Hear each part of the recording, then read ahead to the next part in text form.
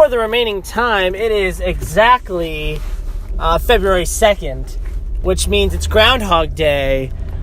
So what did I just watch today in theaters? Groundhog Day. Groundhog Day? Groundhogs. Groundhog. Singular. Yeah, I saw that Groundhog Day was in theaters at Cinema World today, and I was like, yes, that's happening. I think I've only seen it maybe once or twice. I remember really liking it, though.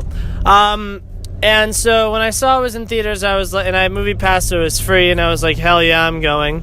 And it did not disappoint. This movie is a delight. A delight. I loved this movie even more than I did the first time. Bill Murray is perfect. Probably his best role. Is it his best role? Besides Peter Venkman in Ghostbusters, I think this is probably his best role. He is phenomenal in this movie. Shows so much, he does so much, and he's so funny. He's so perfect. I love Bill Murray in this movie. He's just phenomenal. His performance is phenomenal.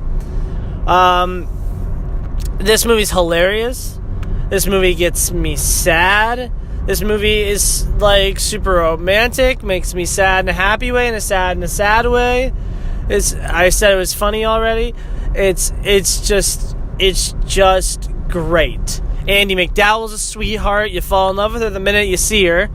And there's something so satisfying about watching watching someone perfect the same day over and over again. It's just so nice. But Adam, what separates this movie from Edge of Tomorrow and from Happy Death Day? Well, I think this was first. It was before those, I know that. But, I think it was the first movie to do that. Harold Ramis' directing is amazing.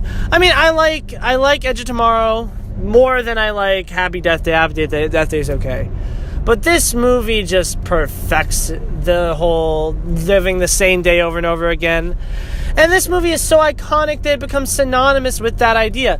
I remember when Edge of Tomorrow and Happy Death Day were coming out, we were like, it's Groundhog Day with aliens, or it's Groundhog Day but a horror movie. And it's just defined a type of movie. It's this little very small subgenre of movies that it owns. And it's well deserved because it is a phenomenal movie. Ned Ryerson is hilarious. One of the best side characters in the movie. It's just so